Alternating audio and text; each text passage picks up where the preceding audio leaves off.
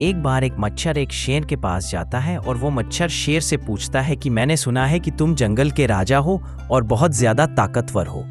तो शेर जो है वो अपने एटीट्यूड में, अपने रुबाब में मच्छर से कहता है कि तुमने सही सुना है, मैं ही जंगल का राजा हूँ और इस जंगल में मैं सबसे ताकतवर हूँ। अब ये सुनने के बाद मच्छर जो है शेर से कहता है कि मैं नहीं मानता कि तुम ताकतवर हो, क्योंकि मैंने तो तुम्हारी ताकत देखी ही नहीं है।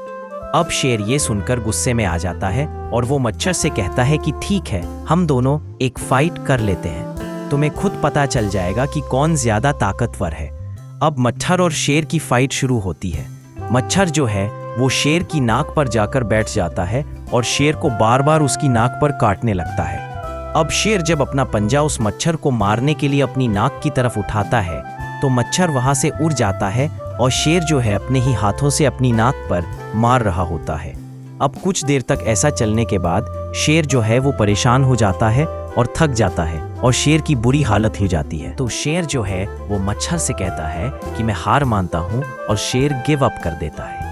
अब मच्छर जो है शेर की तरफ देखकर हंस रहा होता है और वह पीछे की तरफ उड़ रहा होता है। अब अचानक जब वह उड़ रहा था तो वह एक मकड़ी के जाल में जाकर फंस जाता है।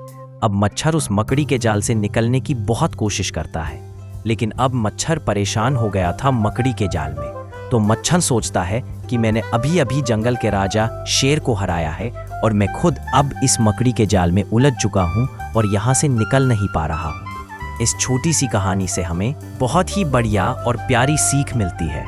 वह ये है कि हर इंसान की स्ट्रेंथ, पावर, वीकनेस अलग अलग होती है। हर इंसान एक अलग कहानी है, एक अलग किताब है जिसका हर पेज एक नया एक्सपीरियंस बताता है।